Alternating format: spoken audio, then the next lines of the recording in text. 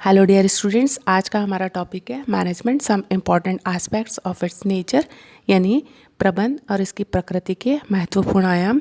Students, nature of management को हम पिछली क्लासेस में डिटेल में ऑलरेडी पढ़ चुके हैं।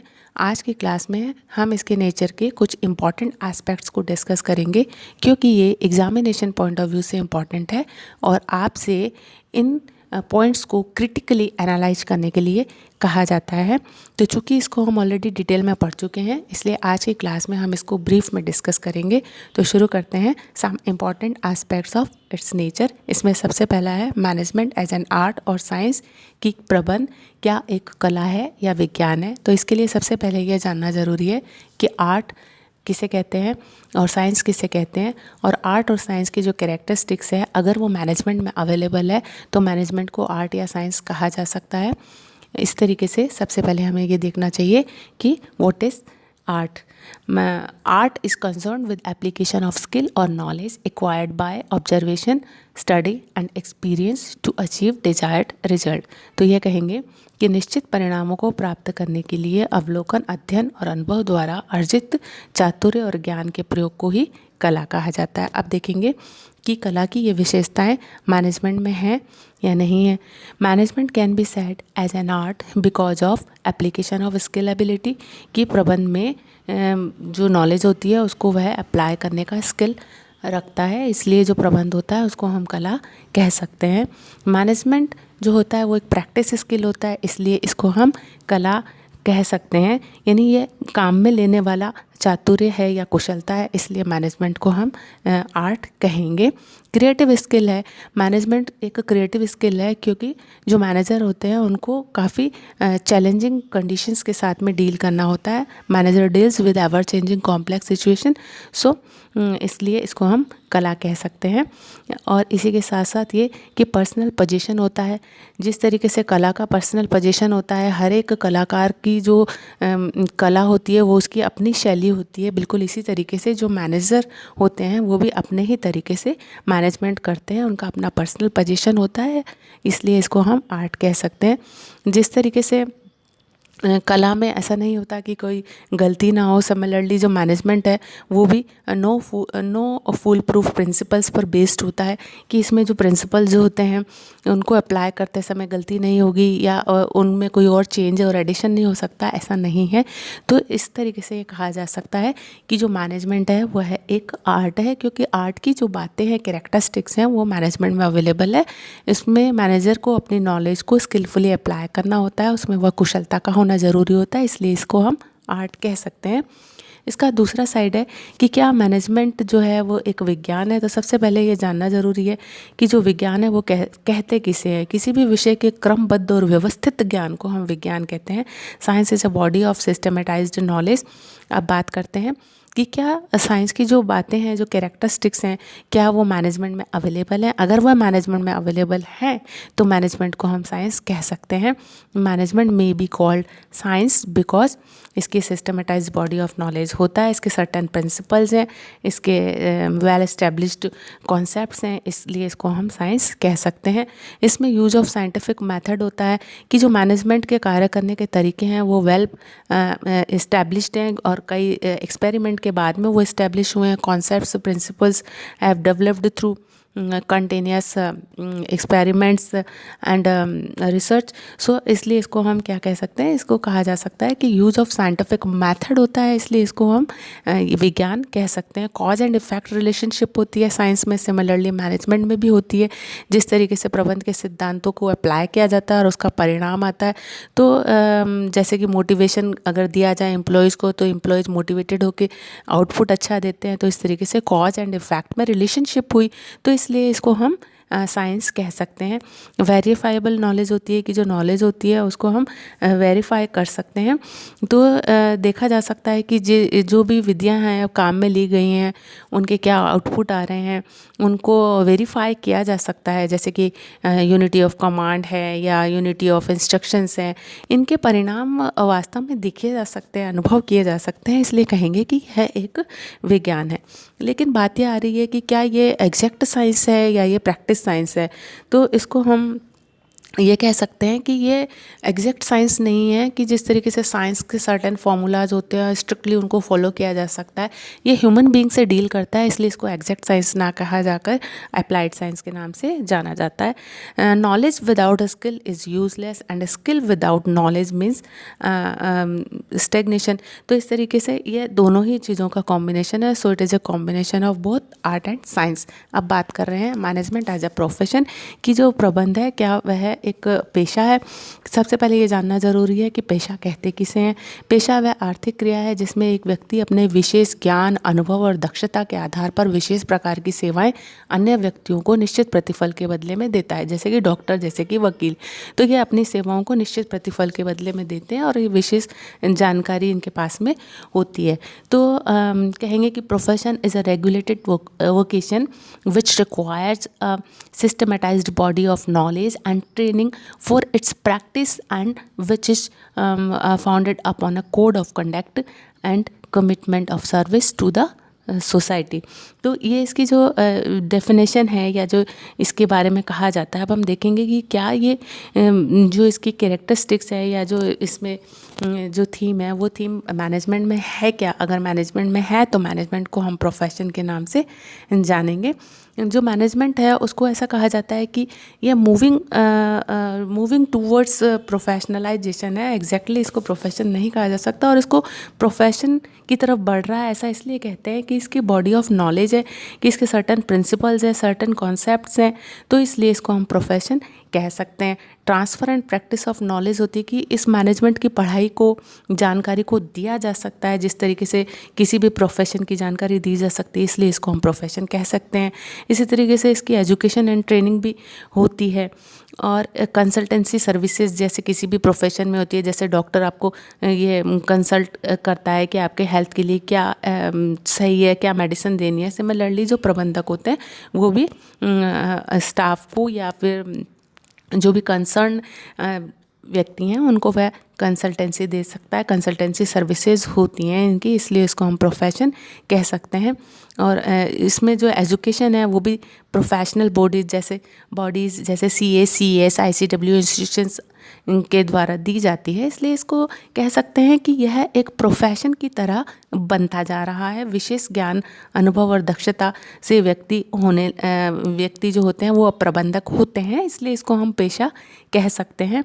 और इसी तरीके से एक कोई भी जो प्रोफेशन होता है उसकी सोशल रेस्पॉन्सिबिलिटी होती है। सिमिलरली जो मैनेजमेंट है वो भी सोशल रेस्पॉन्सिबिलिटी के कॉन्सेप्ट को फॉलो करता है, इसीलिए इसको जो मैनेजमेंट है उसको हम प्रोफेशन के नाम से जान सकते हैं। लेकिन जो मैनेजमेंट है इसको हम फुल फ्लेज्ड प्रोफेशन नहीं कह सकते, क्योंकि ये एक under developed body of knowledge है। यानी इसके सिद्धांत जो बने हैं या जो कॉन्सेप्ट्स डेवलप हुए हैं वो उसमें अभी भी ग्रोथ हो सकती है, उसमें अभी भी चेंजेस हो सकते हैं। A large number of management concepts have been developed over the years but still much remains to be done, कि अभी भी इसमें बहुत कुछ किया जाना बाकी है। दूसरा कि ये कल्चर बाउंड होता है, कि यह ऐसा स्टेबल नहीं है कि जो सिद्धांत किसी एक परिस्थिति में लागू हुआ है उसको दूसरी परिस्थिति में एज इट इज़ अप्लाई कर दिया जाए।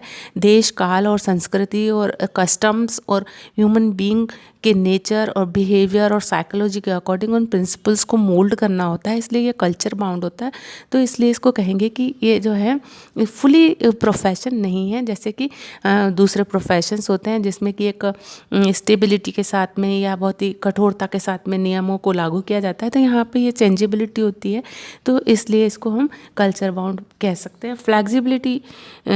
फ्लेक्सिबल यूज़ ऑफ प्रिंसिपल्स होता है। इसी तरीके से जो प्रबंध के सिद्धांत हैं उनको भी लोचशीलता के साथ में अपनाया जाता है, यानी उनको आवश्यकता अनुसार चेंज किया जा सकता है। तो इसलिए इसको ये कहेंगे कि जो मैनेजमेंट है वो फुली प्रोफेशन नहीं कहा जा सकता, बल्कि ये प्रोफेशन बनने जा रहा है। No uniform rules of entry, की जो प्रबंधक है अगर वो प्रबंधक बनना चाहते हैं तो ऐसा कोई हार्ड एंड फास्ट नहीं है कि उनके पास में MBA किया हुआ ही डिग्री हो या कोई प्रोफेशनल डिग्री हो तो भी वो प्रबंधक हो सकते हैं। जो हमारे जो बिज़नेस चले आ रहे हैं, तो उन बिज़नेस में जो अनुभवी व्यक्ति हैं उनको भी प्रबंधक बना दिया जाता है। डिग्री का होना ज़रूरी नहीं है, हो तो होती भी हैं और नहीं भी हो सकती हैं। So there is no uniform rule of entry in management field. Profit is the measure of success. ये कि जो बिज़नेस होते हैं उसमें सक्सेस का जो क्राइटेरिया माना जाता है वो अभी भी हम प्रॉफिट्स को मानते हैं, जबकि प्रोफेशन की ये एक विशेषता नहीं होती कि वो प्रॉफिट बेस्ड नहीं होते, वो सर्विस बेस्ड होते हैं। No homogeneous group of clients की इसके जो क्लाइंट्स हैं यानी जो ग्राहक हैं वो भी सेम नहीं होते हैं। इन्वेस्टर्स भी होते हैं, कस्टमर्स भी होते हैं, एम्प्लॉयज़ भी होते हैं, जबकि जो प्रोफेशंस होते हैं उनमें जो जनरली जो क्लाइंट्स होते हैं वो सेम होते हैं। तो इस तरीके से ऐसी डिफरेंस होने के कारण हम ये कह सकते हैं कि ये भी एग्जैक्टली प्रोफेशन बना नहीं है, लेकिन प्रोफेशन बनने की तरफ यह अग्रसर है, इसलिए इसको हम प्रोफेशन कह सकते हैं। The third one is management as a universal concept, कि प्रबंध एक सार्वभौमिक विचारधारा है, कि प्रबंध एक ऐसा काम है जिसको कि यूनिवर्सली करना ही पड़ता है। अब इसके भी कुछ फेवर में बातें हैं और कुछ इसके अगेंस्ट बातें हैं। Argument in favour of this concept is that universal activity की जो मैनेजमेंट है उसकी एक्टिविटी यूनिवर्सल है, सभी को प्लान करना होता है, सभी को ऑर्गेनाइज करना होता है, कोऑर्डिनेट करना होता है, डायरेक्ट करना होता है, लीडर करना होता है। तो इसलिए कहेंगे कि मैनेजमेंट के जो काम है वो चाहे वो कोई भी इंस्टीट्यूट हो, whether it is business institute और एनी अदर इंस्टीट्यूट, वहाँ पे सेम एक्टिविटीज़ की जाएंगी, इसलिए इसको हम यूनिवर्सल कॉन्सेप्ट कह सकते हैं। यूनिवर्सल प्रोसेस होती है इसकी। All manager get the things done, सभी प्रबंधकों को अन्य व्यक्तियों से काम कराना होता है, तो इसलिए यह यूनिवर्सल होता है। All managers aim at using resource efficiently, सभी प्रबंधकों का जो उद्देश्य होता है वो ये होता है कि रिसोर्सेज को एफिशिएंटली यूज़ किया जाए। इसी तरीके से इसके जो प्रिंसिपल्स हैं वो भी यूनिवर्सल हैं, यानी सभी जगह उन प्रिंसिपल्स को अप्लाई किया जाता है, चाहे वह कोई भी बिजनेस इंस्टीट्यूट हो या फिर नॉन बिजनेस इंस्टीट्यूट हो। जहाँ भी कहीं मैनेजमेंट किया जाएगा तो मैनेजमेंट के प्रिंसिपल्स को अप्लाई करना ही होगा। एजुकेशन एंड ट्रेनिंग दी जा सकती है इसकी सभी जगह पर, इसलिए जो मैनेजमेंट है वो एक यूनिवर्सल कॉन्सेप्ट कहा जाता है। लेकिन इसके अगेंस्ट में भी कुछ आर्ग्यूमेंट हैं जिनके आधार पर यह कहा जाता है कि जो मैनेजमेंट है वह यूनिवर्सल नहीं है, क्योंकि सारे जो ऑर्गेनाइजेशन होते हैं उनके डिफरेंट ऑब्जेक्टिव्स होते हैं, जैसे कि पब्लिक ऑर्गेनाइजेशन है, प्राइवेट ऑर्गेनाइजेशन है। तो जो मैनेजर्स हैं उनको अलग अलग ऑर्गेनाइजेशन के हिसाब से अलग अलग तरीके से काम करना होता है, तो फिर ये यूनिवर्सल नहीं कहा जा सकता। डिफरेंस इन साइज, इसी तरीके से बड़ा ऑर्गेनाइजेशन में मैनेजमेंट अलग तरीके से होगा, छोटे ऑर्गेनाइजेशन में मैनेजमेंट अलग तरीके से होगा। डिफरेंस इन टेक्नोलॉजी, किसी तरीके से अलग अलग तकनीकों को अपनाते हुए भी मैनेजमेंट किया जाता है। जो टेक्नोलॉजी वाइज भी इनमें डिफरेंस हो सकता है कि ऑर्गेनाइजेशन किस तरीके से किन टेक्नोलॉजी पर बेस्ड हैं या किन को वह अडेप्ट कर रहे हैं, तो इसलिए यह कहा जा सकता है कि जो मैनेजमेंट है उसको हम यूनिवर्सल नहीं कह सकते हैं। इसी तरीके से ये भी कहा जा सकता है कि जो मैनेजमेंट होता है वो यूनिवर्सल इसलिए नहीं कहा जा सकता है क्योंकि यह बेसिकली कल्चर बाउंड होता है, और कल्चर बाउंड होने के कारण यह जो है संस्कृति के साथ में ये जुड़ा हुआ होता है। कल्चर में अंतर होता है, तो कल्चर में अंतर होने के कारण इसको ये नहीं कह सकते कि जो है सिमिलरली अप्लाई किया जा सकता है। तो डिफरेंस इन ऑब्जेक्टिव्स होता है, इसी के साथ साथ डिफरेंस इन अलग अलग सेक्टर्स हो सकते हैं। इसी तरह से साइज में डिफरेंस हो सकता है, टेक्नोलॉजी में डिफरेंस हो सकता है। There are differences in technology used by different divisions of the same organization by the different organization. Highly technology oriented companies cannot transfer manager from division to another division. Moreover, when such a company acquires a new firm using different technology, it will usually retain the managers of the acquired firm. Similarly, a manager of a huge departmental store cannot be transferred to a huge computer software company. Thus, the management skills cannot be transferred if the technology of organizations differs.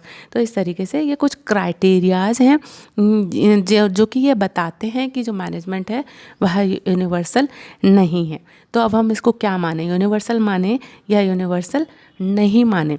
इसको ऐसा कहा जा सकता है कि basically ये जो बता रहे हैं कि अगेंस्ट आर्ग्यूमेंट है कि मैनेजमेंट यूनिवर्सल नहीं है, वो ऑर्गेनाइजेशन में डिफरेंसेस की बात कर रहे हैं कि अलग अलग ऑर्गेनाइजेशन के अलग अलग ऑब्जेक्टिव्स होंगे, उनका साइज अलग होगा, तो प्रबंध करने का तरीका तकनीक अलग हो जाएगी। टेक्नोलॉजी बेस्ड ऑर्गेनाइजेशन है तो उनमें मैनेजमेंट अलग तरीके से होगा, अलग अलग कल्चर से अफेक्ट होंगे, या अलग अलग स्टेजेस ऑफ डेवलपमेंट है, जैसे कोई विकसित देश है और अविकसित देश है तो उनमें अलग अलग तरीके से मैनेजमेंट किया जाएगा। जैसे difference in stage of development में कहा जाता है कि it would be quite fruitless to search for a common set of management principles for developing and developed countries. तो ये जो बातें हैं ये मैनेजमेंट को अप्लाई करने के लिए जो लेवल्स हैं या जो उनकी सिचुएशंस हैं उनकी बातें हैं। एक्चुअली मैनेजमेंट तो यूनिवर्सल ही है, कोई भी ऑर्गेनाइजेशन हो, कोई भी टेक्नोलॉजी हो, कोई भी स्टेज ऑफ डेवलपमेंट हो, मैनेजमेंट को करने का जो थीम है या जो तरीका है या जो सिद्धांत है वह तो सेम ही है, इसलिए कहा जाएगा कि जो मैनेजमेंट है वो यूनिवर्सल है। Most of the arguments advanced against the concept are resulting from confusion and illusion. All manager work through people, all manager जो होते हैं उनके फंक्शंस भी सेम होते हैं, बेसिक फंक्शंस उनके सेम होते हैं। All manager are liable for effective and efficient use of resources. All the managers apply the same principles of management. Manager differs only in their practice and techniques but not in fundamental principles. Therefore it can be safely concluded that management is universal. तो इस तरीके से यह कहा जा सकता है कि प्रबंध जो होता है वह सार्वभौमिक होता है। तो मैनेजमेंट के जो इम्पोर्टेंट मैनेजमेंट के नेचर के जो इम्पोर्टेंट एस्पेक्ट्स हैं उनमें आज की क्लास में हमने फर्स्ट 3 एस्पेक्ट्स को डिस्कस किया। नेक्स्ट जो रिमेनिंग एस्पेक्ट्स हैं उनको हम फर्दर क्लास में डिस्कस करेंगे। Till then take care, thank you so much.